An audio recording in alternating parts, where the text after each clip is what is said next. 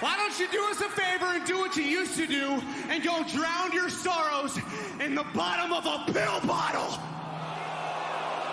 Yikes. You're wrong about me. I never wanted anything from you. I never wanted anything from you until now.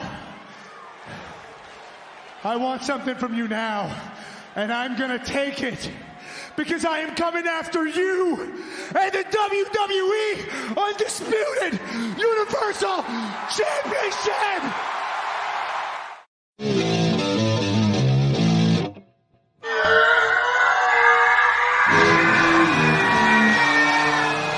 Top of Wrestling with your hosts, OGM and the Professor.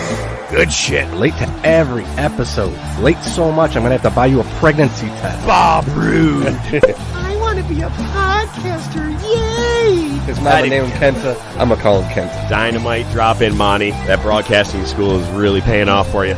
You're so high you don't even know it. Ahoy, my boy. You ready for a Scotch ad? We don't know anything about him. The only thing he's got in his wallet is a bunch of names of whorehouses. That's Flair. Probably looks like Jim Duggan digging the tape out of his crotch. Benoit, enjoy my wife. That's a bold statement, Cotton. Oh my God, mine just stopped recording. No, we're good. We're still recording. What a dick. I'd cease and desist me. I'd cease and desist me hard. I need a minute to recover off that. What kind of game is it? War games! Let a war game! You are impressionist. Yeah, I know. That's the only thing I've said in the last half hour. Bark like a dog. Oh, Jinx, holy shit. How did that actually happen? Here we go.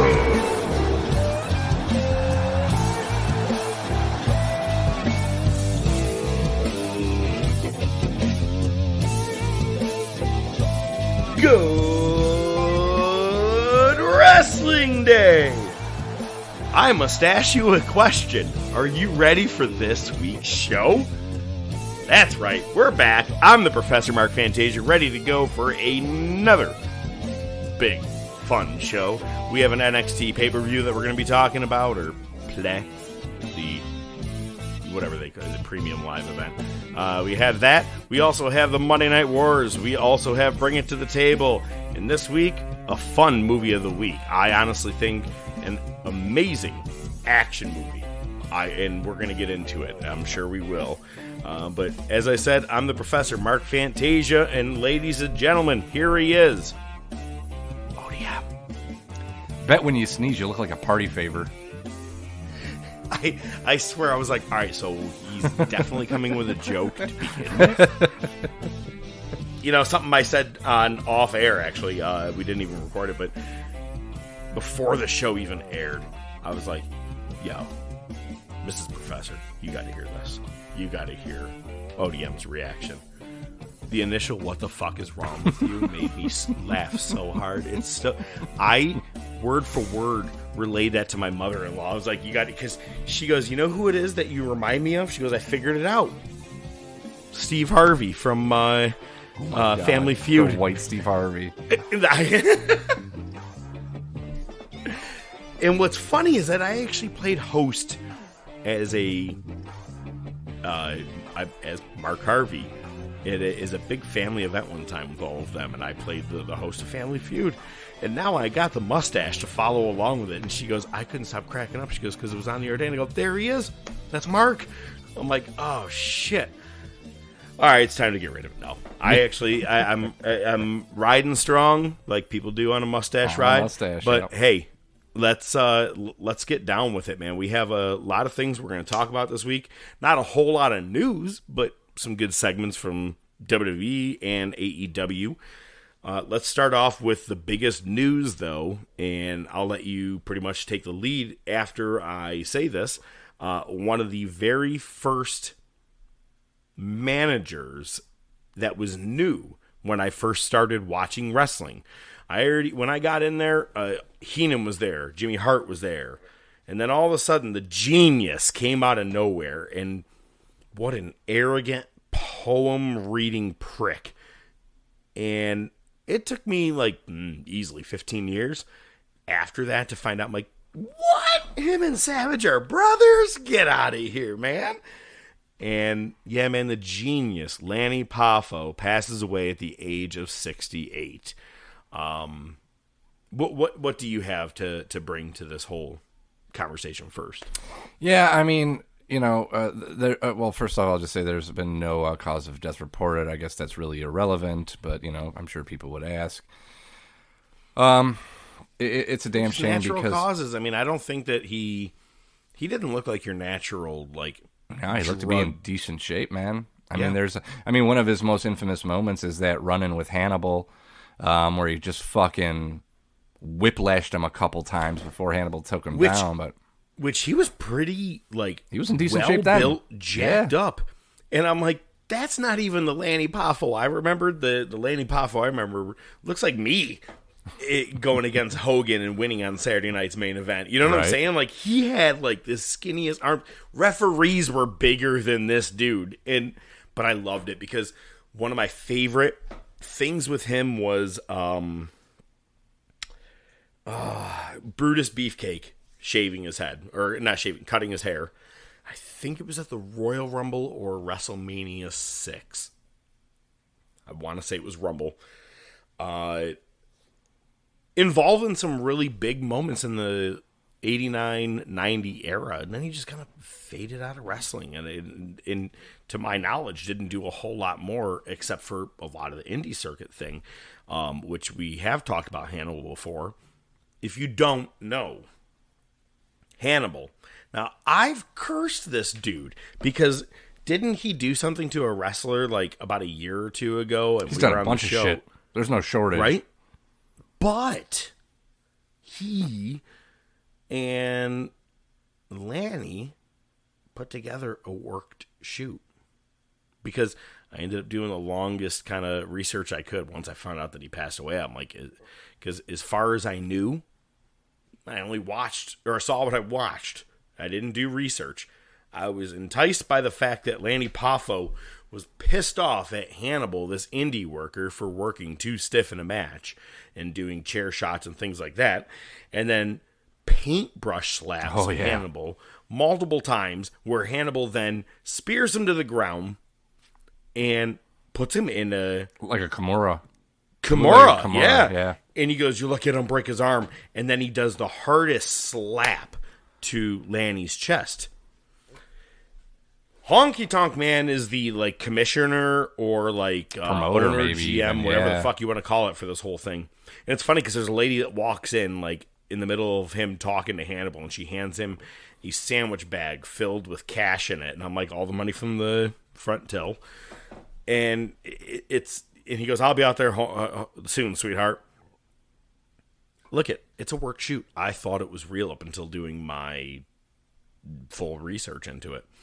And Hannibal and Lanny both admitted that no, it was it wasn't what it was. Yeah, we did. It was a shoot, but did it draw attention? Heat? Oh yeah. And my favorite thing, and you and I have talked about it before, is go take your lithium. You'll never make it to be my age, you cocksucker. But it's the voice of him doing it. I like. You have, "I'm the genius, the man only who you know is Macho Man's brother." Like, he had that voice like that. But then hearing him be like, "You'll never get to my age, you cocksucker." I love it. If I ever get the chance to argue with someone in public, I want to call him a cocksucker in Lanny Poffo's voice. Just that way. Yeah. Do you remember? You want to fight out here, cocksucker? He was on a... As I'm the one wearing this mustache. Yeah, well, obviously. That has to be part of it. I mean, it's a package deal. I'm at the Blue Oyster Bar. Oh, God. Yeah, all you need is a fucking leather vest and a fucking hat. It'll be good to go. There was he was on Dark Side. He was definitely, obviously, was on the Macho Man one. I don't know if he was on other ones, but I remember, I think it was on the Macho and Liz one. They show him in his house. Do you remember he had a TV mounted on the ceiling, so he could lay down. Oh my in God! bed and I just actually look remember straight that up. now. Yeah. As you're bringing it up, you're right. Weird, huh? Yeah. Wow. And just to go back on what you were talking about, he does have a count-out win against Hulk Hogan. on Saturday Night Main Event with the assistance of Mr. Perfect. And that's where they steal the title. Yep. And give it to... No, he hands it to Perfect. And Perfect beats the shit out of it with a hammer. Right. And that down the road is your becomes hardcore title. what we're going to see. Yeah, it's the hardcore title later this year, or later, 25 years later this year. Yeah. But I will say it was sad to see that, you know, he passed because, but you know, all the Poffos are gone. I've seen so many videos of him with a lot of wrestling fans, but even a buddy of my own, where he just does a poem on the phone to someone and being like, and Macho Man would have been kind of like the cameos, like those video like that. You know what I mean? And he was also on one of the pre-AEW pay-per-views. I think it was the same one as the Joey Ryan Dick funeral. He was there with Jay Lethal. No, yeah, he was. He was with Jay Lethal was there. Poffo showed up. Yep, he was on one of them. Okay, I don't remember it, but I'd have to. You said Joey Ryan, and my mind was like, all that entire shit. Yeah, that's a different story. Remember, that's what we thought AEW was going to be. That's funny. Oof, that's pretty much still is. What other news you got? Well, there's some shit going around about Dark Side of the Ring 4. Remember, we said, it's going to happen. Oh, no, it's not going to happen. Oh, it's going to happen. Well, now it looks like that PW Insider suggesting, based on some of the people that are involved, that some of the episodes may be focusing on Abdullah the Butcher, Mike Awesome. Very good one, which is like, no one's really ever done a full documentary about him. I have a lot of questions, so I would love to see. He's Canadian. And that I knew. And he owns like a soul food restaurant now. He's still alive? Yeah. Well, he was the last time I heard about the soul food restaurant. Mike Awesome and Bam Bam Bigelow. Some of your people that are going to be appearing on it is Mick Foley, Jim Cornette, Terry Funk, Hacksaw Jim Duggan. So there's also a lot of people speculating that Sonny might be one of the topics. Which, I mean, insert joke here. I mean, I guess. I'm like, do I go with the police force? Do I go with the midgets? Do I go with sunny side up or down, left, right, up, down, left, right? All right, man. Hey, let's get into what at least happened with WWE and AEW this past week. We had, like I said, you had Vengeance Day this past Saturday night. But before that, I think we have a couple other things that happened between Raw and SmackDown and Dynamite. Take it away, dickhead, because I can read. Well, there was a return on Raw. If you didn't see it, the Professor showed. Rick Boogs showed up. I saw it. I'm like, look, Mark's there. Oh no, wait, that's Rick Boogs. Your mama. Your mother's a fucking astronaut. My mom's too drunk to be an astronaut. I love it though. Like your mom, like just any your mama joke. Just my mom's too drunk to do that. Whatever it is, great fucking comeback. You can't come back. You're like, oh yeah, shit. Right. Yeah, you get shut down pretty quick. Yeah. So that happened. We also do have Austin Theory, Gargano, Bronson Reed, and Seth Mother Effin Rollins qualifying for the chamber match. So I would assume, did they say that one was going to be for one of the titles at WrestleMania, one not the other? Have they even specified what this is? Yeah, I don't know how they're going to do this just because Roman has them both. So, I really don't know how they're planning on working this. That's what we talked about. There's so many variables, especially because he has both titles. I really don't know if they've announced how that's going to work or if I just haven't seen it. Well, I'll take a hop, skip, and a jump into a couple of segments away from here. But, Sami Zayn jumped Roman Reigns on SmackDown and ends up, saying, I wanted nothing from you, but now I do. And I very well listen to a lot of things because it's where certain things have fallen through the cracks. They're like, I never said you were having a title match. I said, blah, blah, blah. You know what I'm saying? And he goes, I want your WWE Undisputed Universal Heavyweight. God damn it. All right, that's double. If he was going to split them, that'd be fine. And then you got Cody versus Roman one night and Roman versus one another night.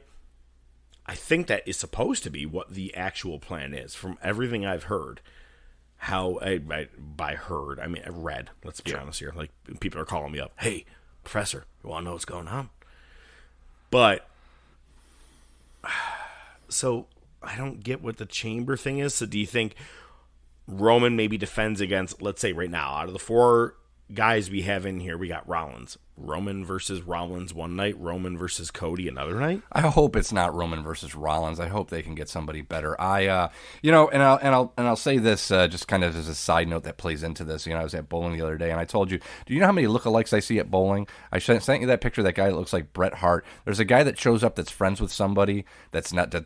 The person himself doesn't bowl, but he looks just like fucking Goldberg.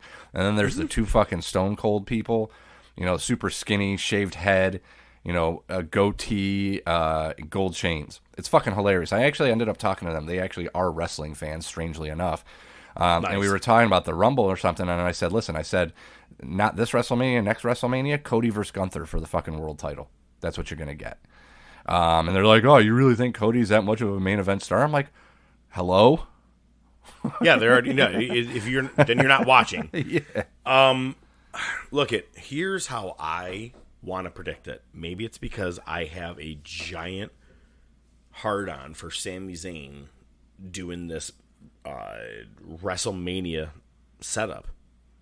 You could go the obvious Owen Zayn versus Usos. Yay, I get it. However, what if you open Elimination Chamber, Roman versus Zayn? Mm-hmm. Zayn loses. And then as the 6th entrant or whoever is about to enter towards the ring, he pulls an Edge doing what he did to Kofi, I believe, at like 2008 or 9. Yep. Knocking him out. Mm-hmm. Locking yourself into the compartment in that spot and be like, I'm in. And you lock yourself in and win that to go to WrestleMania. Now, even if you lose at WrestleMania, fine. He keeps one title, drops the other to Cody. Cody can stay on Raw with one title. Roman still does what he has to do on SmackDown. Totally fine. That's not a bad idea. I could get down with that. I'm just tired of this fucking split titles bullshit. There are too many fucking either have titles. One or make it a definitive 2, because the Usos have been carrying the double titles. I think they weren't ready for... It's funny because they weren't ready for Orton to get injured and with Riddle, right? Fine. But then, okay, fine, you don't want to ruin the Usos' double title reign. Then you should have made the definitive thing a while back and let them drop the titles to someone just in a 4-way tag team match and Sammy accidentally cost him or blah, blah, blah. It could have been very easy to do. Now, no other tag team really... I don't even know who other tag teams are. There are no other fucking SmackDown. good tag teams. What do you got, fucking Chad Gable and Otis? Well, you did have the Banger Bros, but they lost their name, and because of that name, they also lost their spot in the tournament. Did you see that Braun Strowman and Ricochet won your tag team number one contender title tournament? Well, that's just dumb, but I guess it's not as dumb as Nicholas, so... Oh, I missed. How's he doing? But in the women's division, you got Asuka, Nikki Cross, Raquel... Yo, I can't stop calling her Welch. Rodriguez Gonzalez. Yep, Liv Morgan and Natalya. So we got one more to enter. Listen, I'm not going to lie. That sounds like something off Bang Bros. I'm going to Google that right after we get off this show. You know what? You take over the rest. I'm going to do it right now. But speaking of Asuka, so we talked about, her Kana persona coming through. Mm. So Carmella shows up on Raw. But I believe it was Raw.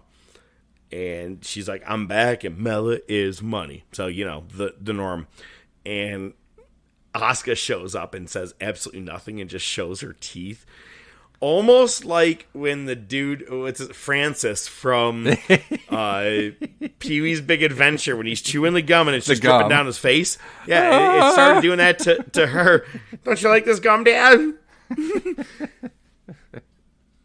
So it was funny because that's what she did.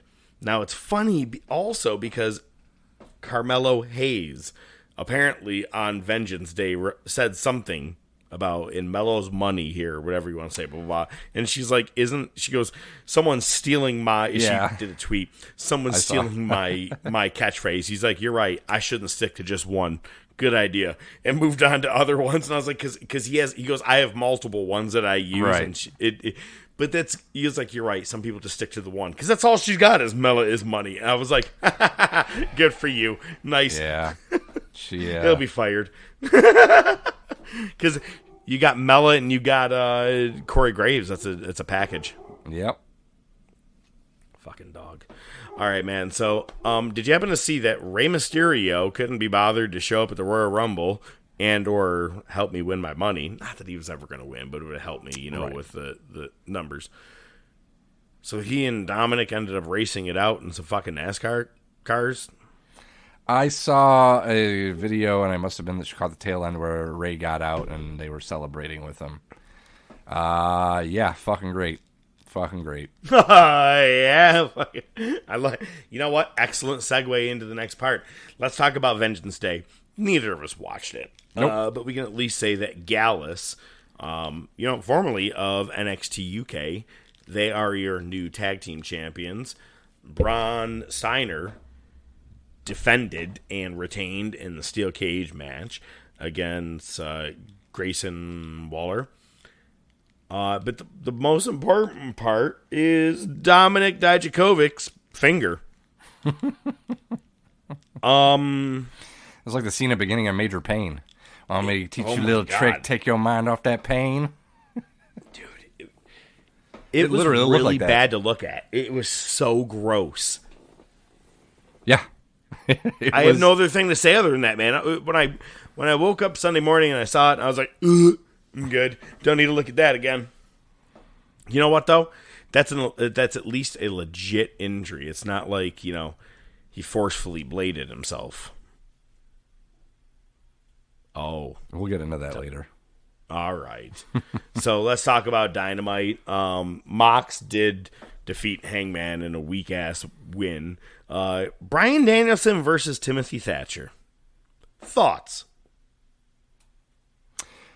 So I started watching Dynamite, and I fell asleep right before that match, so I never got a chance to go back and watch it. All I saw was the entrance in the beginning, and what I will say, of the minute and a half that I saw, Timothy Thatcher is a believable fucking shooter, and I liked the approach he was taking with Danielson. It looked like a solid match, or at least it was going to play out that way. I'm guessing by your tone of voice, you're going to tell me it did not work out that way. Well, first, I like the solid approach Thatcher's taking with his body and looking like Karen Carpenter. But I wonder if he can actually play the have to drums say, like her. But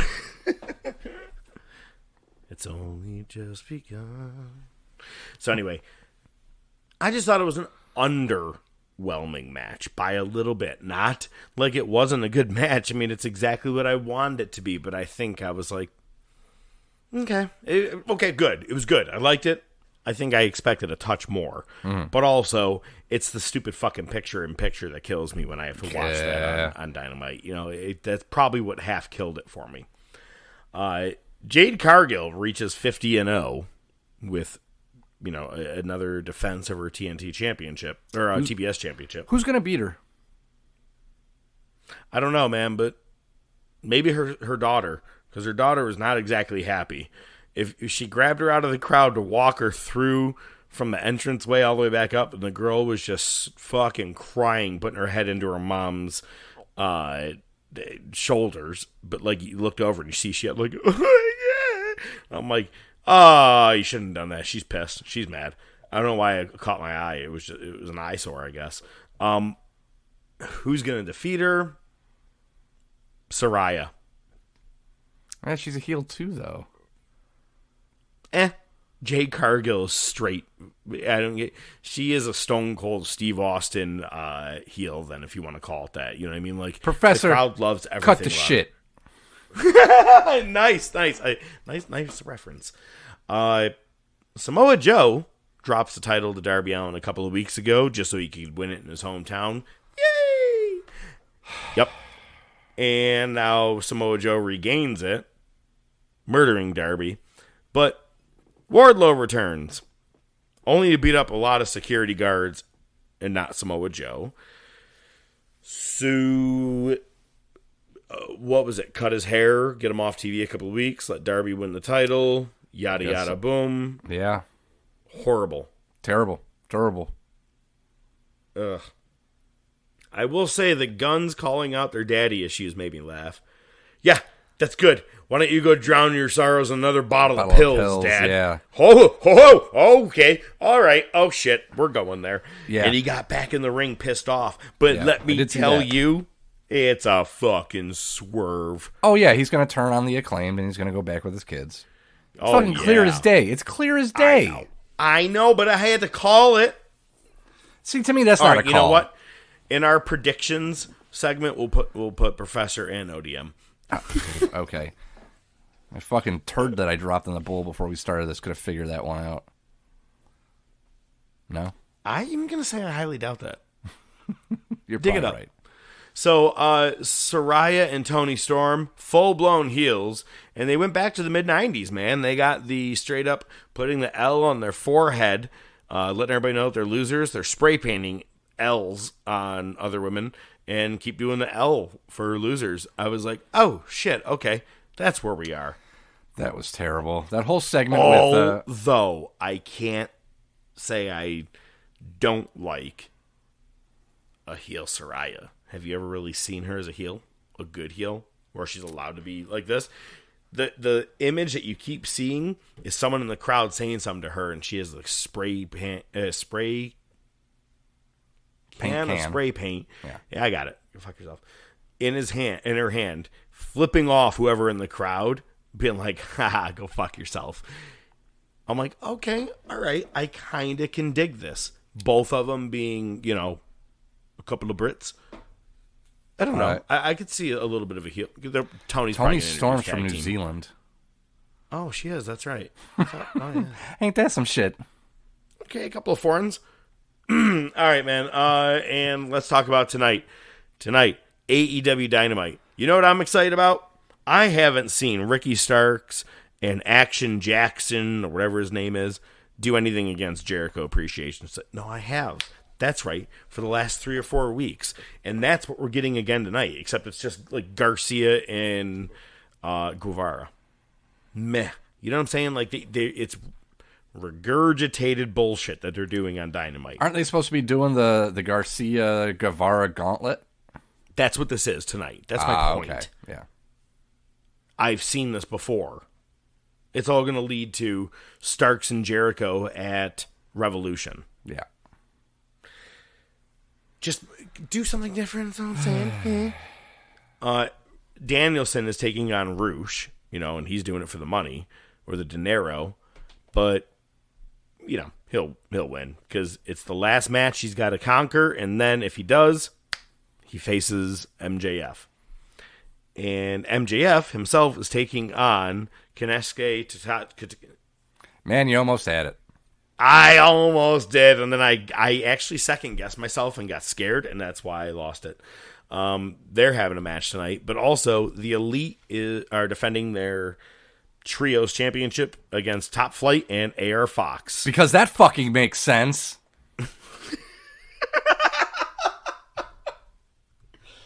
Let's cut to Bring It to the Table. You like that? Just bring it, bitch! Oh my God! Cut that Dude mustache. can't take an obvious segue. Cutting, as opposed to also the word blading. Jesus Christ, man. Oh, yeah. Top notch.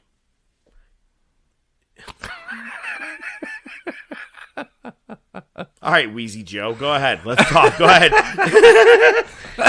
I do like Wheezy Joe. I can get down with that.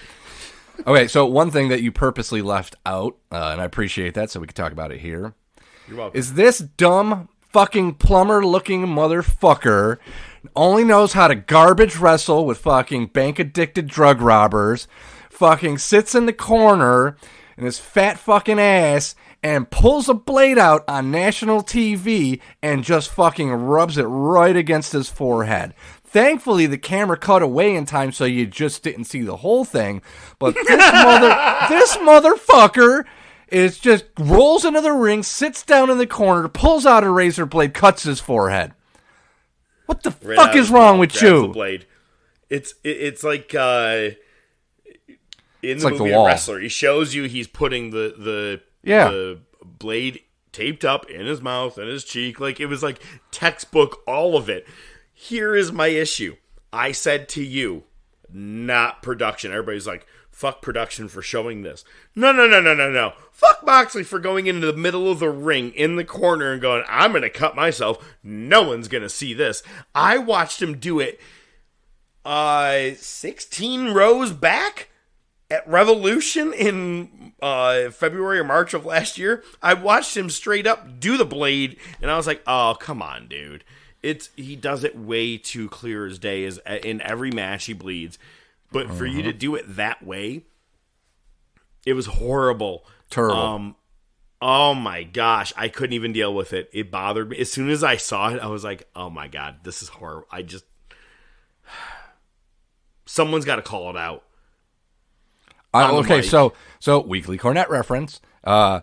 New episode dropped today. I didn't get a chance to hear it. What was his thoughts? No. on- The episode just dropped today. Oh, okay. So I didn't get a chance to listen to it yet. I'll probably pop it on when we're done here. He's gonna do one of two things. He's gonna go fucking off the deep end, or he's just gonna be like, "Are you fucking surprised?" I've been calling him a piece of trash for fucking years now. You know what I mean? He could go one way or the other. It's so funny when I have so many people in my life. I'm not even talking Cornette. I'm talking about a lot of people who are like, fuck Moxley. People I actually know. And I'm like, I kind of want to give him a shot, Marty. And I'm like, hey, he's been right. He's pretty goddamn right. And he goes, all he is a shoulder shrug and a lot of talk. I'm like, yeah. Yep. And listen, man, that's great. Maybe he can be a fucking good manager that can take a bump or get involved. I've never been a big fan of his wrestling, No. There's not really much to it. If he wants to fucking reenact the fucking exploding ring match with somebody competent, like, Terry Funk and Mick Foley or Cactus Jack, that's fine. That's good for a one-off, but he's probably better off just fucking smashing people over the head with glass light tubes in GCW. Oh, man, you just reminded me of it. I actually think I had it out of my head for quite some time. I hadn't really thought about the non-exploding barbed wire. It's so bad that Kingston had to come running out and cover him. It was like, poof! And then it goes, my anxiety got me so bad that I passed out. Oh my God, stop talking. Stop. Pussy! Which is funny because I was like, I kind of half defended it because I was like, I'll lean in. I'll give you what you can. It was out of your defense. But I'm like, Kingston should have popped up and been like, whew, that was a close one. Play it off better than my anxiety got to me. I thought it was in Sing Sing. I passed out. What? It was Sing Sing. I remember the whole thing. So about a couple of months ago, we talked about your best video games in WWE or wrestling history. And I told you I was extremely excited to find out that not only was the game I loved on PlayStation 2 gone from me, but I found out that it was on GameCube. And we have a GameCube because we love our Mario Kart, the OG style. So I got WWE Crush Hour. And I am absolutely loving it. And I'm going to give you the exact description I can of this, okay? It is GoldenEye 007 meets Mario Kart. Oh, I remember this one. Yeah, okay. So it's you have different things where you have to, there's 4 guys in an arena and you have all these different weapons you can pick up and turbos and things like that. And you're shooting at other guys, but it's like a big arena, not like a race with Mario Kart. It's that GoldenEye part, right? Where you're looking to kill other people. Twisted Metal. First 1 to 10. Okay. It's extremely twisted. Thank you very much. I forgot about Twisted Metal. Thank you. It's WWE's version of Twisted Metal.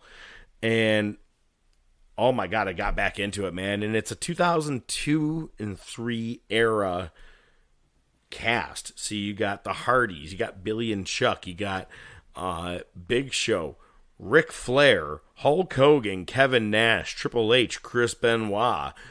He's like, I'll choke you to sleep. Not really. But everybody has a catchphrase that they all say. My favorite thing is I always liked using Kane. He's one of my favorite guys in the game. And he's like, you can't destroy my big red monster. Talking about his car, but it's so fucking bad when you're playing the game and you're like, I think I know what line I think I know what line I'm using tonight. Honey, send the kids out for pizza. Give them a fitty. Yo, so before we head into it, I got to bring this up, man. The other day, I decided to put into a big media player set list. I wanted to put all of 1998 in order. It really only took me about 15, 20 minutes, and I felt happy that I did because it's just once you get going in a playlist order, you can watch everything. It's easier. Getting ourselves set for the wars. Do you realize that for us to watch 1998 Raw, Nitro, and all their pay-per-views, it is 275 motherfucking hours. Sorry, bro. No. Well, it is kind of your fault, but I like it, though. I get to see great things. Like Goldberg maybe have one of his best matches ever. Or Sonny whoring it up at the beginning of Raw. Marty, you've got to come back with me. Where? Back to the future. Wait a minute, Doc. What are you talking about? What happens to us in the future? What, do we become assholes or something? Give me a hell yeah!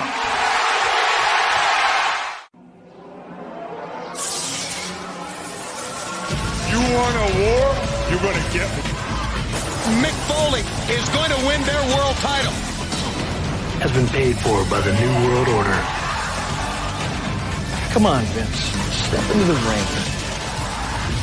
My God, the battle lines have been drawn! D-Generation X invades WCW tonight. Austin 316 says I just whipped your ass. Have a nice day. We got you work for ya!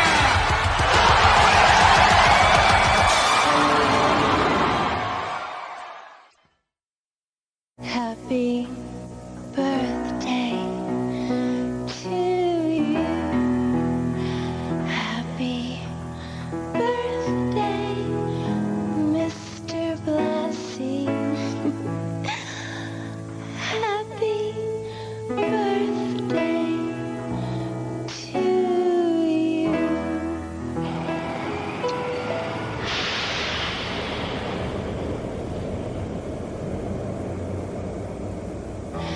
Happy birthday, Mr. Blassie. Happy birthday to you. Happy birthday, O-D-N.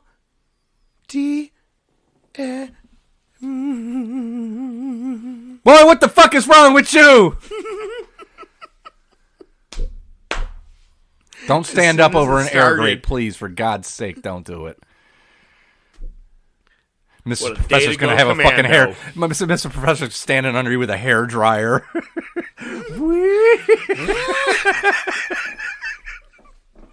I'll be right back. No, man, one of the weirdest openings, because look, it had nothing to do with Raw. It had nothing to do with Blassie. It just had to do with Sonny doing a really bad impression of Marilyn Monroe, and fuck it. Hey, it's, you know what? It's whose birthday is it? Blassie? Fuck it. Let's do it today. It could have been Road Dogg. It could have been fucking Bruno Sammartino. Could have been Eric Bischoff. They would have said it to anybody. Just happened to be Freddie Blassie. And they're like, today, could you do this?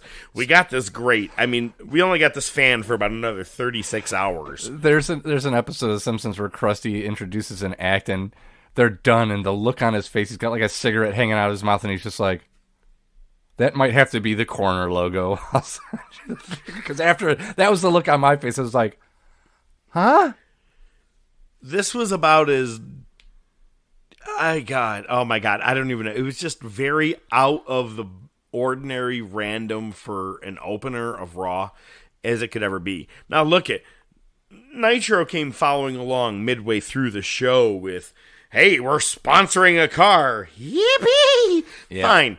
Halfway through the show, if you want to have her do her shitty Marilyn Monroe looking like a shitty, cracked out Madonna doing Marilyn Monroe version, fine.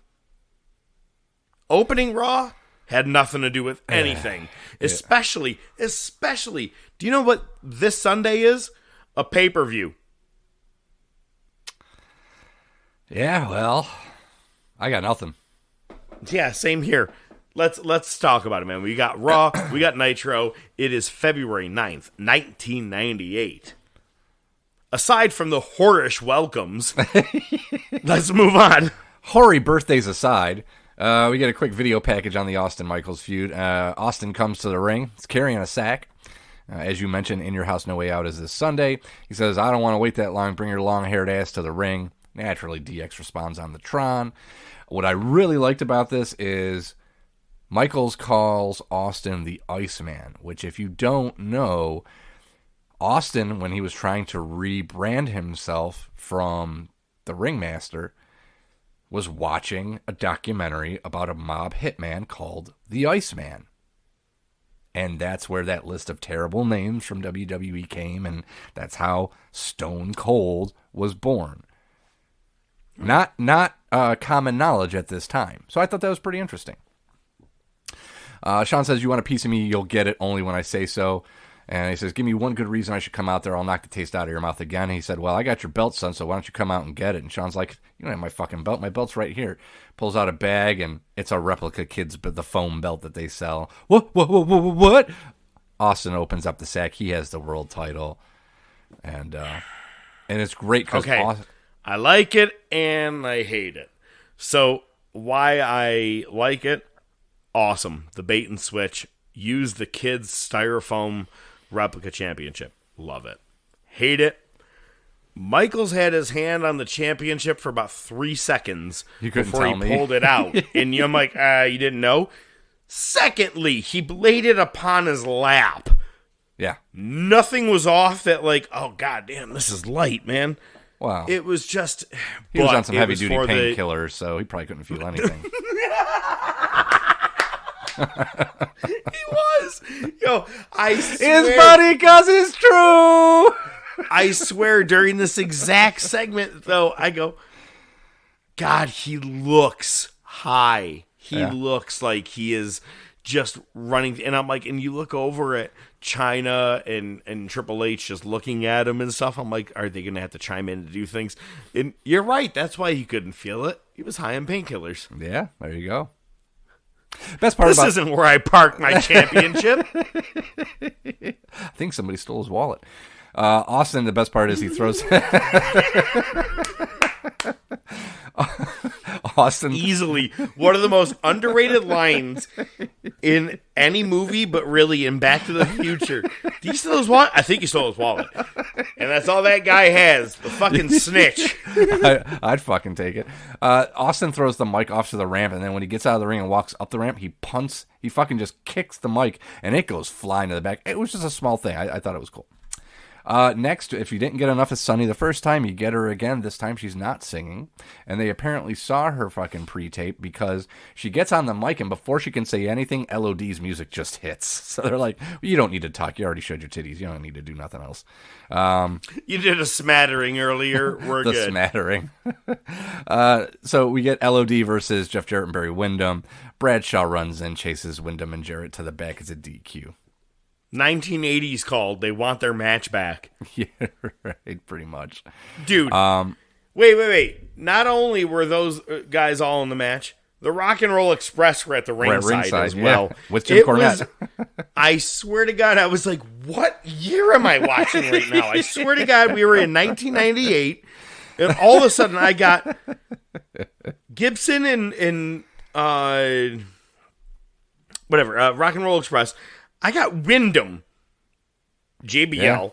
Or not, I'm sorry, not JBL. Jeff Jarrett. I'm like, might as well be. Like, when you look at everybody, I'm like, holy shit. This didn't deserve to be on Raw. But why? Because here's the weirdest part.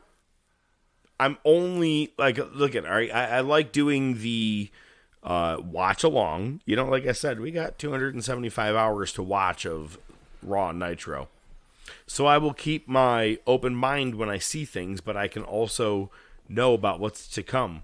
This leads to nothing. Yeah. It's a weird amount of time. And that's not the only thing on tonight's show that does the same thing, and I bet you know who I'm talking about. Go ahead. Let's move on. So let's move on. All right. So we go backstage. DX is still pissed off that Austin has the title, and Chyna does her thing where she whispers to both of them, and Triple H is shoving the camera out of there, and Shawn is just like, yeah, take care of it. Next, we get Pierre from the Quebecers versus Henry Godwin. The Quebecers have the slot bucket. They both interfered in each other's matches on Shotgun Saturdays. That's why they're fighting. Jacques uses the bucket. Then Phineas uses the bucket, so Henry gets the win. Hooray. God, I got to be honest. I have a soft spot for Quebecers. Oh, so do I. But I mean, you know what their role is at this point. I think it's pretty much the same role that they had back in the fucking 80s. But back in the 80s, it meant more than it does now. Now it's just fucking filler. Well, they were the mid-90s. They were 94. Okay, well, then they were also tag champs at that point. So no, that. But I mean, you have the Rougeau brothers were in the 80s, so you had Jacques and Raymond, but PCO as we know him now.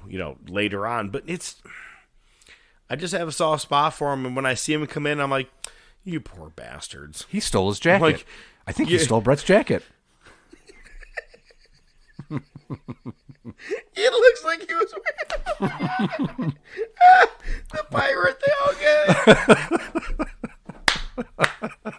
That's fucking awesome. Good for you. I think you stole his jacket. Oh, this is so much fun. All right. And we go back to Chyna. She approaches the Boricuas, interrupts their card game, and she starts speaking Spanish. Sad thing was, I understood first of all, didn't know that she could speak, let alone full-blown Espanol, and she did a El Tremendos job. Bro, it was... Yeah. She probably just knew how to speak Spanish. Fluent. About as fluent as... you are with Japanese wrestlers' names. Right. I didn't know they spoke Spanish in China.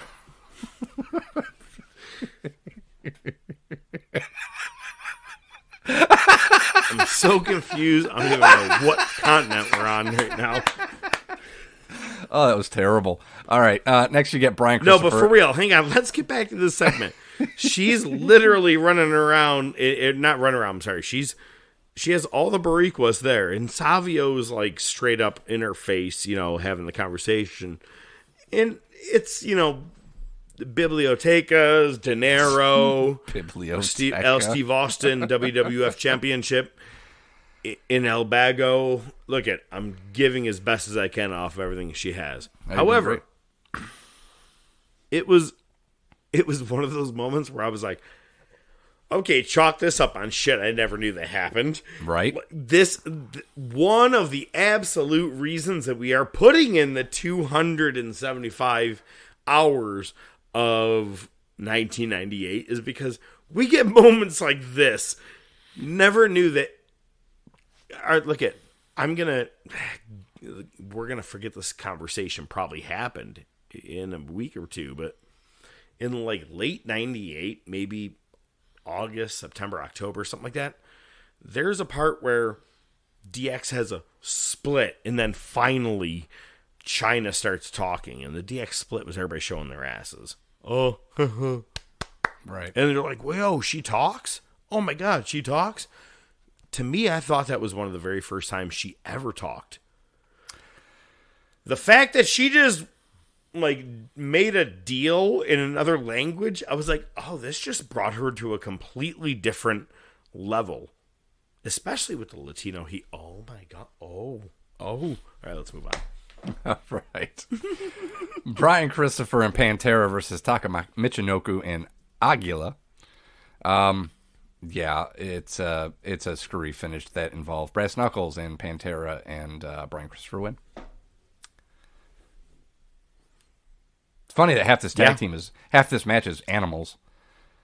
Pantera and Aguila, Panther and Eagle. Another Spanish lesson for you. I thought I'd keep it going. Grr. Kane and Bearer in the ring. It's a promo on Vader, and Bearer says, "You know what time it is, Vader?" And he has actually a Vader clock, and he lights it on fire. And they remind you that Taker's still gone, and he's not going to show up. I didn't know what he was holding. It was hard to see with the red light. So. Okay, you're right. It was really hard to tell what it was, and I accidentally went too far. Look at Peacock could be a little touchy. Once you're there and you've gone past your advertisement shit, you're like, fuck it, this is where I'm at, pal. This is where I'm watching. It looked like he was holding a knitted thing plate. That you're like a 90-year-old lady, like the little circled knitted thing that had like the wood circle frame with the... Oh, yeah. A little cross-stitch thing. That's exactly what it looked like Kane was holding. What the fuck is he holding? So I'm glad you actually told me because it went too far. Either way, they make Kane look like... I'm sorry. Well, back it up. They make Vader look like a total bitch between now and his way out. Mm-hmm. And I'm going to give you a little bit of a spoiler. I don't care. Do you remember what he says at the end of Over the Edge 98? No. I remember being at a cousin's house and we all busted out laughing after he loses again to Kane. Like April, May, whatever. He goes, "I'm nothing but a piece of shit. I'm just a fat piece of shit." And that's it. I'm pretty sure it's the last time I saw Vader in WWE television. Maybe anywhere. Just terrible. And now they're just watching it happen. I'm like, they're just making him... Goddamn, poor Leon. They're making poor Leon cry. Well, I mean, at least he gets to meet the Bellas.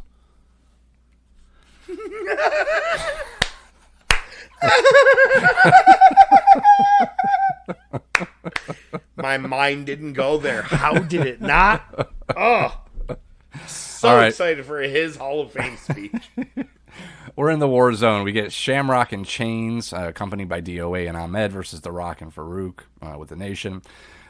We get the Rocky Sucks chance. Rock gets on the mic and he says, "The world wants to know what The Rock thinks about human genetic cloning. Only if it's done very selectively, and I think this is the first time he does the eyebrow raise. It's the first time that I've noticed it."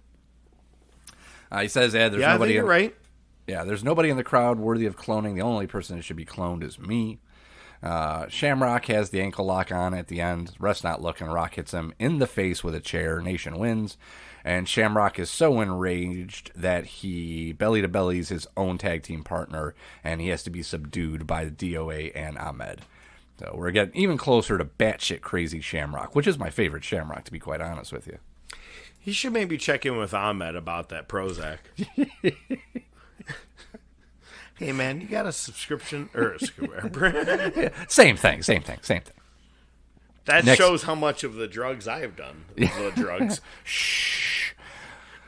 Next, we get a recap of the WrestleMania press conference with Vince and Austin, DX, and Tyson. Here's the best thing, and I don't know if you caught this. I stopped it, rewound it, paused it several times. They show Austin coming to the podium. I'm pretty fucking sure Shad Khan was there. Are you shitting me? I'm pretty fucking sure. And with a young kid, that might have been a fucking young Tony. Wait, Wait, Sean Khan? Shad Khan. Tony Khan's father. When you said Sean, I thought you said Sean Cod. Chaka Khan? I thought you meant Tangerine Show? No, I was like... Tangerine Show? Undercutter's you Pizza? meant Sean Connery. Yeah. Another idea, Trebek. Sean Connery. Yeah. Like your mother likes it, Trebek. There was a delay in our weird Zoom, or whatever you want to call it, the Google Duo. I thought you said Sean Connery, so I got you. Was he there? I don't know if it was him or not. Looks Not like Sean him. Connery. I meant Shad Khan. I don't know if it was him. I don't even know how I would fucking find that out. Like I said, it might have been young Tony right next to him. I mean, he was fucking millionaire, so I mean, he might have been there. Who the fuck knows? Anyway, getting on with it. Tyson's announced I will as the say enforcer. I like the. I'll take the reins on this one because I got to be honest with you. I'm a big fan of the build-up angle. There's going to be a great promo, so I'll move through this. But I got to say, the press conference was done very well. Oh, yeah. Yeah. Sean is talking so much shit about Mike Tyson. More than Austin is. Yep. Which is good because you're like, all right, well, you know what Austin will do? He's like, I'll have him one-on-one any day you want me to. We know how everything happens, lays out, who he's going to side with for a minute and move on. But the conference was done really well. It was. And listening to Tyson talk, I've always admired Mike Tyson's actual love for wrestling. He's like, San Martino. And I'm like, okay, you could say whatever. You could say the big name from when you were younger. And he's like, Valiant Brothers. Valiant. And I'm like, oh, motherfucker, those is wrestling. Yeah. Right? Yeah. And that's how I remember him back then. I was like, yo, he really knows his shit. And has always appreciated the business. He did a great job. He stood in between Austin and Michaels. Last week, there was a point where at the end of Raw, Michaels shoved the championship right in Austin's face and grabbed him by the chin, saying this is as close as you're ever going to get. Again, one of my favorite promos of all time will come up. Yeah, I promise we'll see it. It'll happen. I'll call it out. But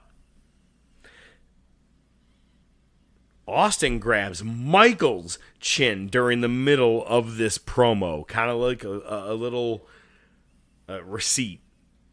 Grabs him by the chin and throws him back, but this time Tyson's in the middle, throwing him apart. This was really, really, really well done. I got to be honest. You do this with any other, like, all right, we've seen Logan Paul and Roman at, like, whatever crown jewel shit they did. Meh. This right here was so close to hatred, legitimate, like, and crossing over. Michaels is like, you guys think that what I do is bullshit. Get me in the ring with Tyson. I'll knock him out first. Austin, put me with gloves. I'll knock his ass out. Yeah. It was a big crossover, man. I remember it, love it, so excited. Absolutely. So, don't you ever breeze by that conference again. I wasn't. I was about to get into my notes, and then you cut me off. Can I get to my notes now? Oh, you got something to say? Yeah, I did. Something to say. Oh, you look like you were about to move on. My bad. My favorite part of this was should Tyson. we like drop everything I just said? No. I mean, no. You said it a lot better than I would have. My favorite part was Tyson says something to Austin. He says, "You know, you're just an uncouth imbecile. You need to be nice to people. Try loving somebody." Yo, and at that exact moment, did you see Triple H put his head down and he started smiling and put his head down and busted out laughing? Yo, you need to love somebody. I also loved when he was like, "Didn't you just bite somebody's ear off?" Dude, All right, 1 is about boxing, 2 is about wrestling. First, about the wrestling part. He mentions like Bruno Sammartino. He was just a quiet guy, but he was a fighter. That's what he did. He goes, the Vanity Brother. They were outspoken. They were ostentatious. Ostentatious. And I was like, oh, there's those big words. I love when he dropped those. But then when he did start talking about boxing, he goes, look, boxing is going to survive without me, and I'm going to survive without boxing. I was like, that's a big statement. I like how he said it. I don't think boxing really did survive without him, but it did for a little bit. But it was all right. But at the same point, where was the bad boy of boxing? You know what I mean? Like he was, goddamn, still one of my favorite fighters. I don't care. 100%. You ever get bored? Marked Just watch out when I saw him in Hangover opening weekend. Didn't know he was going to be in the movie. I threw my arms up probably faster than anybody else. But him in wrestling, man, he had a great moment with Jericho. He had a great moment, like a couple other spots with WWE. But this entire road to WrestleMania 14, I remember every time when I think of Austin's first title, Tyson.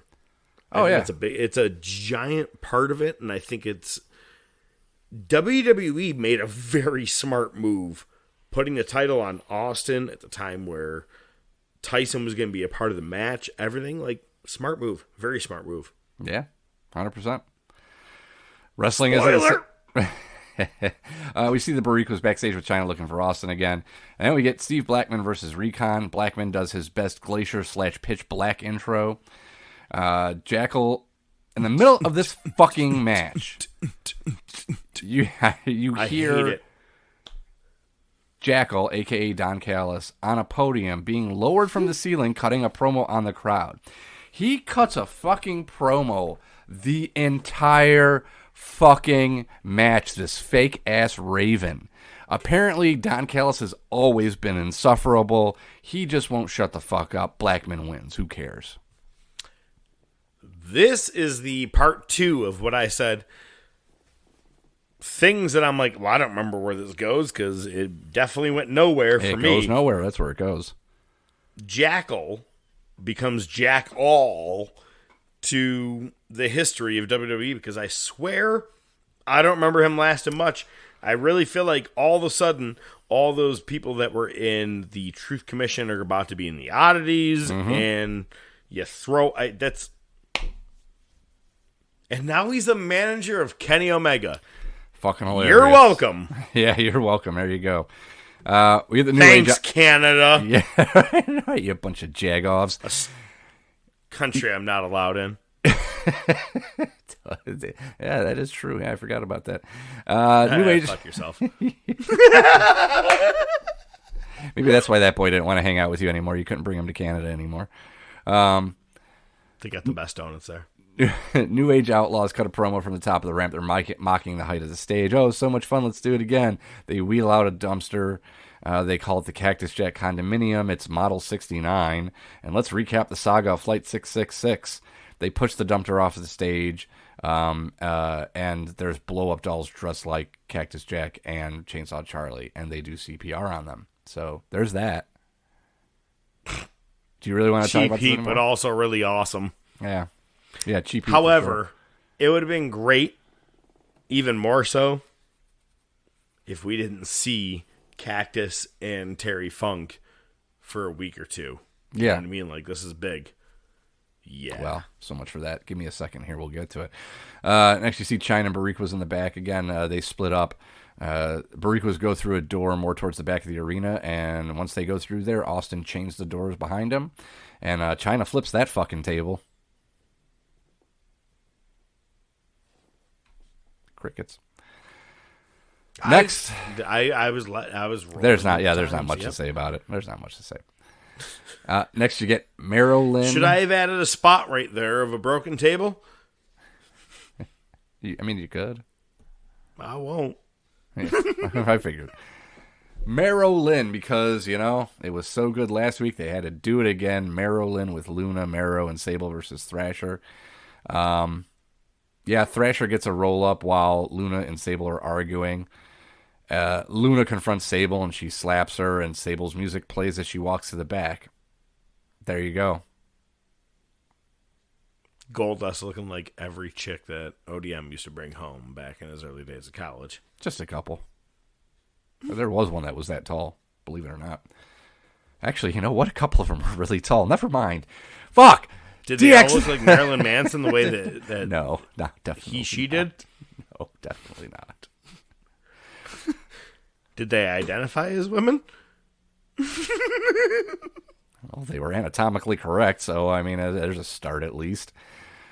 DX is backstage. They're making their way to the ring. Yeah, we're going to blow right past that. He said he's not waiting till Sunday to get his title back. I want to keep going. You have no idea. I have so many questions. All right, let's go. DX. Yeah. All right, get your ass out here. Austin comes to the ring with the title. DX powders. The Outlaws come out. Austin surrounded. You hear a chainsaw. Channa grabs the title in the midst of all the confusion. Owen comes in. Cactus, Chainsaw are in the ring. And it's your show off or your go-home show. So, if you don't know, the match is supposed to be in your main event. Austin, Owen Hart, and the tag team of Cactus Jack and Chainsaw Charlie taking on DX and the New Age Outlaws. Bait and switch. Yeah, I was going to say, wonder if it's a good match. All right, let's get on to Nitro, because to be honest with you, for the first time in a very long time, I can say Nitro had me more compelled. Yeah. As well as it's a memorable episode. Let's get into it. All right. As usual, we get a recap of last week's main event to start off the show, and Hogan and Bischoff coming to the ring. Bischoff says a whole lot of nothing. We want Sting chants. The best part is Bischoff turns it over to Hogan, and he goes, "You know what, Mean Bischoff?" He almost said Mean Gene. It was great. He caught himself. I caught it. He caught himself, but man, you know what I mean, Bischoff. NWO is going to find Macho, and Hogan's going to give him the wrestling lesson of his life. That's fucking rich. And then Macho is in the crowd. He says, "Hey, I'm number one, and I don't care who number two is, and I accept your challenge, brother." And you know what? If you think we ever just say those words on this show, no, he's doing it. I accept your challenge, brother. He did the multiple brothers, and it got me all jacked up. I'm like, the crowd is pro Randy. Yep. Versus Hogan heading into this match. I was excited to see this one. Yeah, no, it was, yeah. I mean, how can you not be behind Macho, you know? Always. What's weird, well, we'll get there. Never mind. You'll know what I mean. We'll get there. I've got notes on it. No Zbyszko on commentary, they call that out. We get a quick I see the brother fucked me up here. Shut up, dog. We get a recap of the Mongo Bulldog feud. Yeah, you hear it. Maybe I should lower my mic. All right. Turn my headphones up. Glacier versus Mongo. Mongo wins. Mortis runs in. Mongo fights back. It's a tombstone. Spicoli comes in. He takes Zbyszko's spot on commentary. He's like, "I want to know where Zbyszko is. I saw him in the hotel earlier. I brought his bags to the arena. I just want to know." Spicoli dies 6 days from now. I don't know if you knew that or not. Can I be honest with you? The most entertaining Spicoli stuff is on this entire episode of Nitro. Pretty much. Him with the commentary, him, the acting, the moments, everything it is. It was the peak of his career. The best of it. And fuck. Yeah, I think I said it the first time he showed up. When you're so much of a reprobate that ECW kicks you out, you know something's fucking... You know something's up. Okay, Zbyszko. Yeah. Oh, hey. New World Order. Well, he brings it up. We'll talk about it. Go ahead. Norman Smiley versus Conan. Good to see Norman Smiley. Conan wins. As you made Norman Smiley likes to take those really hard bumps that look really bad, but they're not. You know, very Norman Smiley type move. Sorry. He's not doing the taunt yet. I was just referencing Simon Gotch. Yeah, no, I gotcha. and where Enzo knocked himself out. Don't follow. Why are we whispering? Okay, keep it rolling. Like you mentioned earlier, Mike Tenay's with Brad Dillon of GM Motorsports because GM is partnered with a WCW for a race car. We see the race car. It's purple. Neil Patrick. I don't know who the fuck Neil Patrick is. Neil Patrick Harris was on Nitro? Yeah, he was, and his dad, Nick Patrick, was actually in the ring as a referee. And J.J. Dillon comes and says, hey, you're still suspended and you're not scheduled to be ref. And Patrick says, I'm falsely under suspicion. And, security escorts him out. So interesting to see where this goes. Actually, I'm not. Glad we're redigging the jagged referee storyline back up. I was going to say, we already put this to end and he was done with NWO. I mean, he really turned on him, right? I mean, How much more could he really do? And they're like, no, we don't trust you again. Next thing you know, we're going to have Randy Anderson's family out there again. God, it's just my last marriage. Next, you get Yuji Nagata versus Disco Touch Hole. Disco wins. La Parka attacks Disco with the chair afterwards. At least something good came out of it. You get Tenay out on the ramp. A quick interview with Luger before we hit hour 2. We start off hour 2 with Eddie Guerrero and Chris Jericho versus Dean Malenko and Chavo Guerrero. Jericho wins with the Lion Tamer. Get a video package on recent Steiner issues. And next we get El Dandy versus Juventud Guerrera. Juvi wins. Jericho runs in and attacks Juvi, but Juvi fights him off. Jericho cuts a quick promo. And he says, and Juvi starts responding in Spanish. He says, hey, I can speak 10 languages and I'll translate. He goes, he wants a shot at the title. You're a one-hit wonder, same as Dexy's Midnight Runners. You got to give him that one. That was a pretty good line. Come on, Eileen. Oh, I fucking hate that fucking song. You mean everything. Jericho calls himself. There was a girl that we used to hang out with at O'Brien's Tavern. We or you? Yo, that's definitely not you. we. Yeah, that's you. Myself, Marty. She was a musician. She played the guitar. She played the bass. Her name was Eileen. And she used to bartend at that place. And we used to, oh, come on, Eileen. Or, hey, let's come on, Eileen. No. All right, let's you move on. Botched that so bad, bro. That was like Jericho or Goldberg. Oh, that's actually, no, I'm telling you, that's actually exactly what I meant. There was no. Oh, no, I know. There. I know. I got you. Oh, Jesus Christ. Where did we? Oh, okay. I think he stole his jacket. All right, I'm giving this one to you. We get a Goldberg hike package, and then we get Steven Regal versus Bill Goldberg. Take it away. This could possibly be Regal's last match. Now, I'm not sure of it because we're working. Oh, well, it's going to be. It is. Because he has a match with William Goldberg, better known as Goldberg.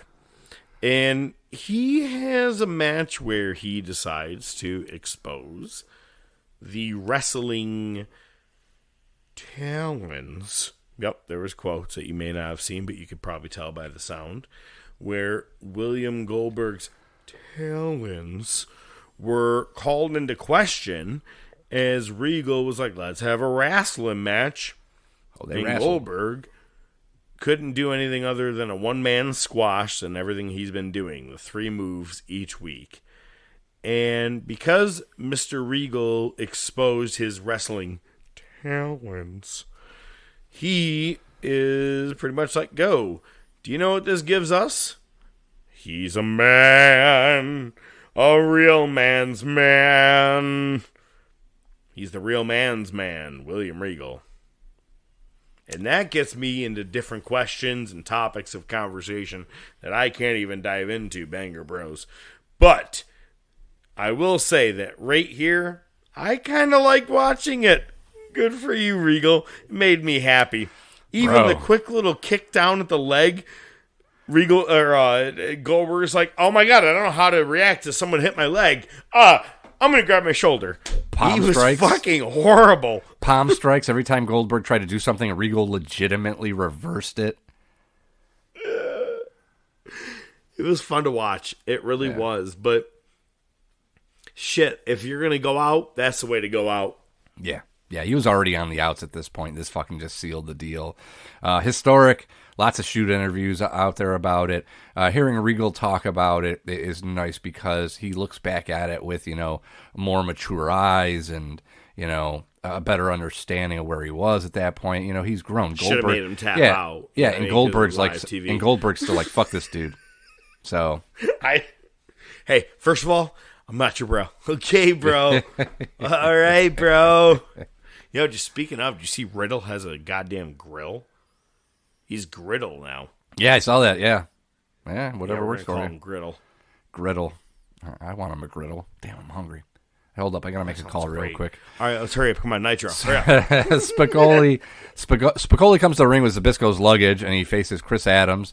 Spicoli's DQ'd for using the Halliburton. Zbyszko runs down and chases Spicoli off. Zbyszko is dressed like he just came from the set of Planes, Trains, and Automobiles. Shower ring curtains and all. Yep. And Zbyszko can't speak Spanish. So there you go.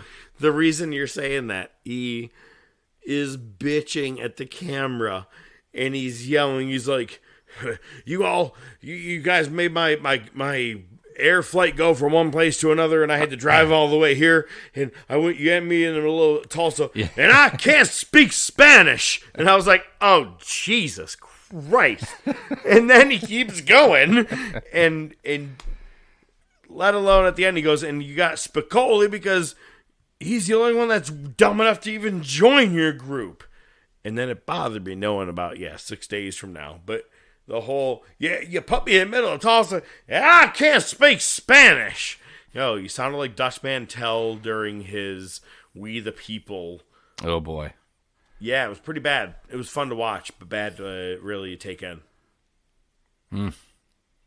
Well, next we get a Booker T. 2023. We got, yeah, right.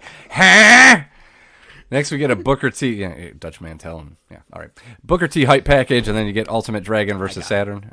Saturn wins. We go into hour 3. We get a recap of Benoit versus DDP from Thunder. They had like a 2-hour stare down before they started the match. Then they had a fucking another hour stare down halfway through the match, and then the Flock just interferes. So that's a perfect segue to our next match, which is Booker T versus Raven for the TV title. Raven cuts his promo. The Flock flocks before the bell, and the match is thrown out. So, I'm not going to lie. At this point right now, I am all eyes on paying attention. I could look it up. I could. But now I'm really paying attention. Was it Thunder? Was it Nitro? When I see this dude sitting in a corner, I'm like, when is it where the fucking fan comes in and pulls him from the outside through the bottom rope?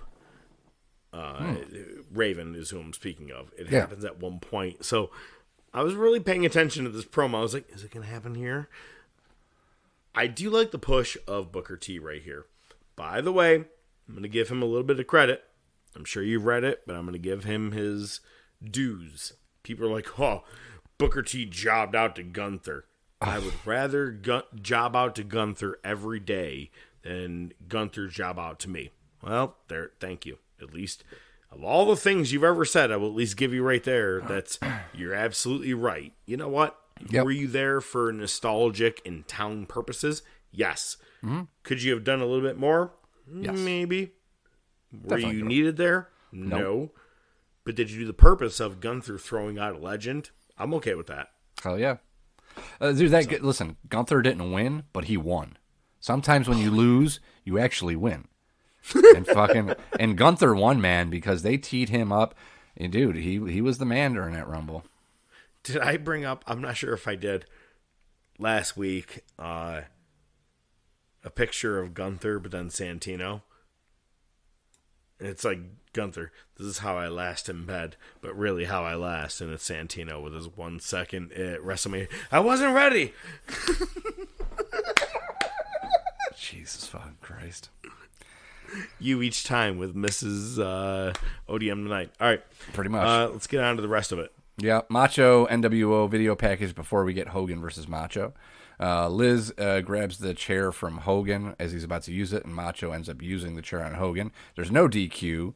NWO runs in after the elbow drop and pulls the ref out, and they beat down Macho. That's it. So basically another no contest. It is, but it bothers me because Don't do the match if man, you're not I going to have a wanted to finish. I wanted to see Savage and Sting rather than Hogan and Sting, but what we're gonna get still is Hogan versus Sting at Slamboree. Yeah. Boo.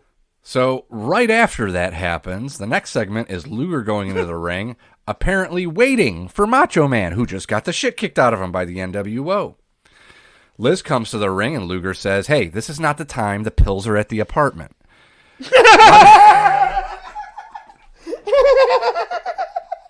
The upper drawer. Yo, as soon as I watch them start interacting, I go, yeah. "Oh, this is when they start downfall." fucking. It's terrible. It's terrible. No, but we really was like, "Go get your man. Where is he?" Yada yada yada, and then Savage comes flying out of the crowd. Yep. Like he didn't have a match. Yeah, like he didn't just get the shit kicked out of him. Yeah, and just went right after Luger, but oh my god, you just ruined all that. It for me. only gets worse from Well, here. nah, he ruined it for her. Because not only is that making no sense that Macho just got the shit kicked out of him and now he's back to beat the shit out of Luger, Sting comes in, starts attacking Macho, Hogan, the NWO come out to watch the beatdown, and then, out of fucking nowhere, a big fucking net falls from the ceiling on top of Macho, Luger, and Sting, and the NWO just Why beats not? him down. Because wrestling. Main event, the Outsiders versus the Einsteiners for the tag titles. Nash gives a shout out to Six Pack. Thought that was cool. Again. Which is funny because he's done. It's 7 weeks. At this point, it's 7 weeks to WrestleMania. So what? 7 weeks. So my point is that his contract is probably close to done. If he's not still already. on injury because he's saying we'll see you soon. Right. So he's probably getting let go very soon. Yep. There wasn't the 90-day clause that you see nowadays. Like you can't Especially appear not anywhere. WCW. Oh my god, they were either one of them, man. Like it was a day-by-day thing. That's why the Radicals showed up in 99, 2000, just sitting front row. Like, hey, day. everyone. Yeah. Hey, guys, remember me? I just won the WCW title. Yeah, so... It's going to kill my life. Anybody got a Bible on hand? So, Scott, this is another... I'm the fucked up one. Yo, you're about as crooked as Dijak's fucking finger. Bam, bam, bam, bam, something. Scott's in the whole match again. You know what? You should probably just take off for the rest of this one. What happens is, look at Scott over the last couple of weeks has been trying to hog the spotlight of the Steiners. And this time, Rick is able to jump in, get a good bulldog off the top rope, interrupting it, and getting the pin. And Scott is pissed because he's not the one who actually did the win. But the Steiners are now your new tag team champions with Ted DiBiase in the ring as well. Takes Scott a solid minute to go, okay, fine, I got bigger muscles and a smaller dick, but you're right. All right, you wear the headgear. All right, we won the tag team championship. Let's move on. Let's do it. And that's how we end. Did you notice the one thing, though? Many things. There was 4 titles. They each were carrying 2, so they apparently had the prop ones that the Outsiders had, as well as the original. They were each holding 2 titles at the end of that. I kind of wonder if it's because it goes back several months with them. One's the right, real but the Outsiders champs, won, so why would they have the fake ones? Why wouldn't they just have the real ones? Yeah, well, because wrestling. All right, right on. Let's go to the movie of the week.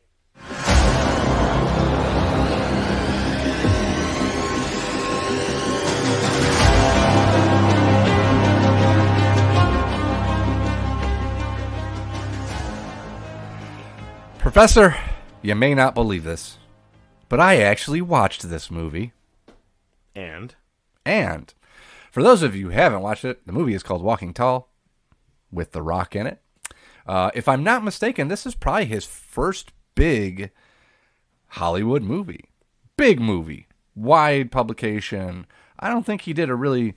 This might have been after Scorpion King. Yeah, this was probably... I was going to say either No, Scorpion it wasn't. King No. Mummy, and then he did the rundown with Stifler. Yeah. No, but I think... No, because didn't in the Scorpion King he had the tattoo? He didn't have the tattoo in Walking Tall. The Samoan tattoo. That's body paint. CGI? Okay. All right. Yeah, well, no, because he definitely had it during it. I remember it. But I will say that he did this movie later, but I think, man, now I'd have to double check, but I think this may be a part of a WWE film. It actually could be. I don't remember seeing that in the credits. But so anyway, it's so let me just give you a little bit of synopsis about what the movie's about. I'm home from the military. Man, the town sure is different. The mill closed. That sheriff is crooked. That guy's still a douche. Oh, and he owns the casino. And they're selling drugs in the casino. And they almost killed me and they left me for dead. Their drugs almost killed my nephew. I got revenge. I was tried and acquitted. I'm sheriff now. I'm cleaning the town up. Bad guys take revenge. Good guys win. The mill's open again. Roll credits. I'm not going to lie. That's the whole fucking movie. They don't. There's no character development. There's a sex scene. They got one of those in there because when the bad guys are trying to kill me and my family, what's the best thing to do? Have sex in the sheriff's office. While the prisoner is still in the other fucking room. But if you put the blinds down, never happened.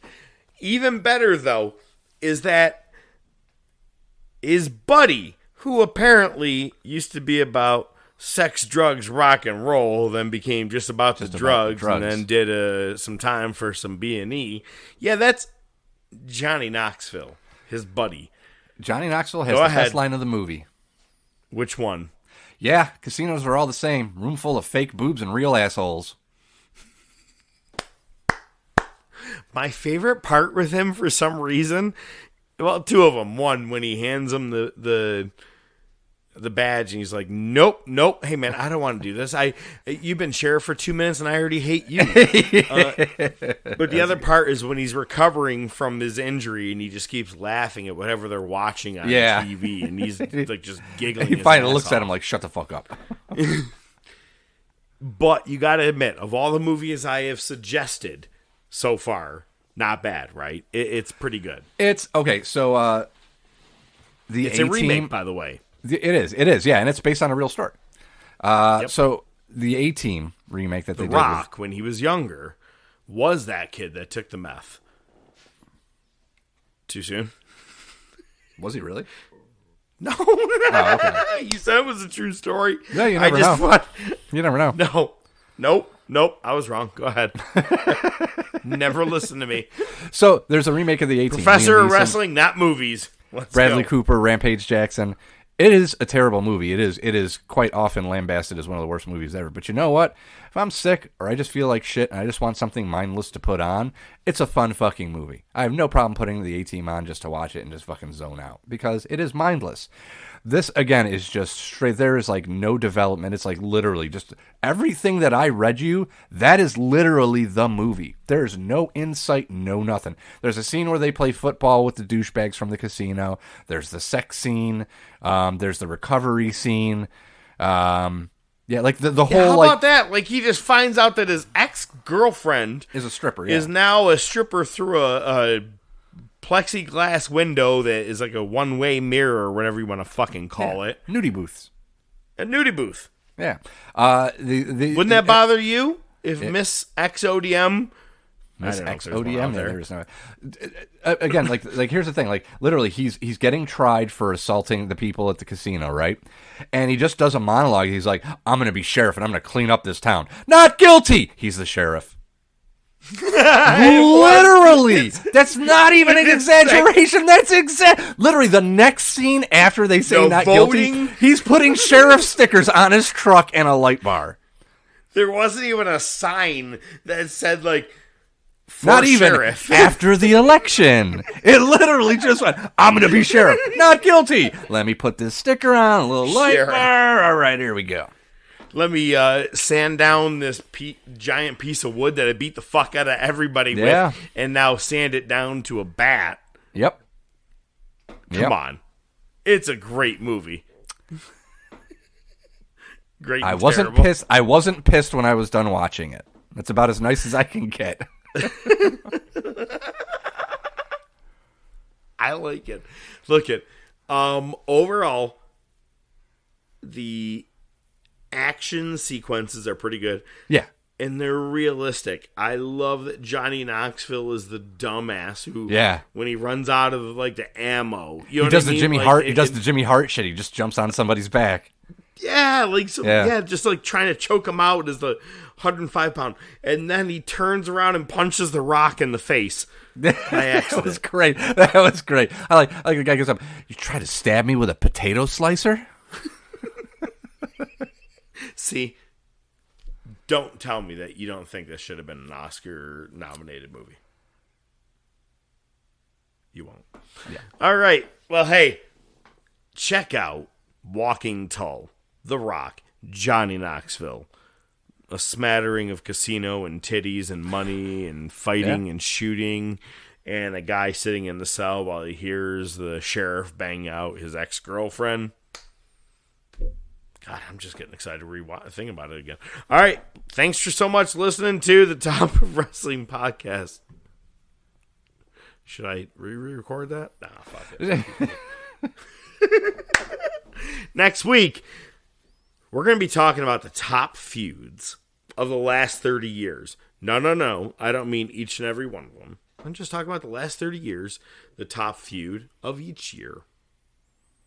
Which one was the most impactful?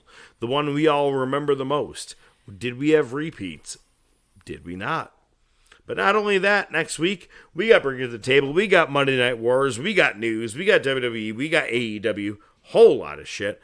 You got the ODM.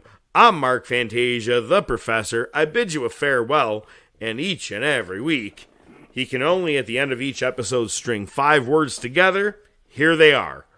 Fake boobs and real assholes. The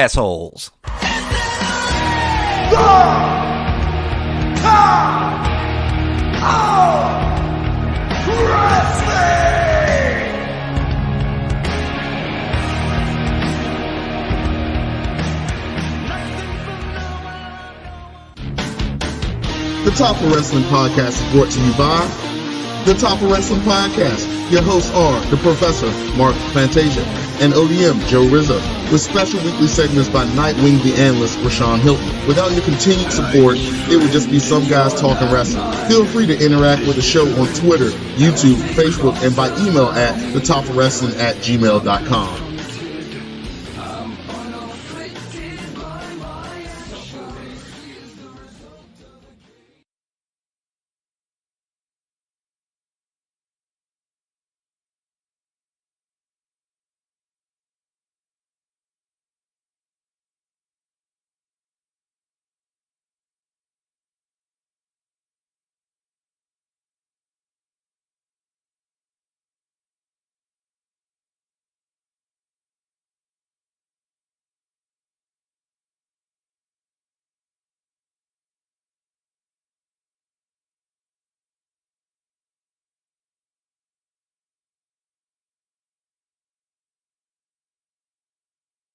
I do have to give. I hate to give Crosby props when I don't want to give him props, but he was funny because I was talking about Japanese wrestling the other night and they were both there, and I started saying names and John would keep repeating them, but he would have a hard time with them. So I'd have to keep saying them, and he would just repeat the last name. Like he was like hooked on phonics. It was fucking great.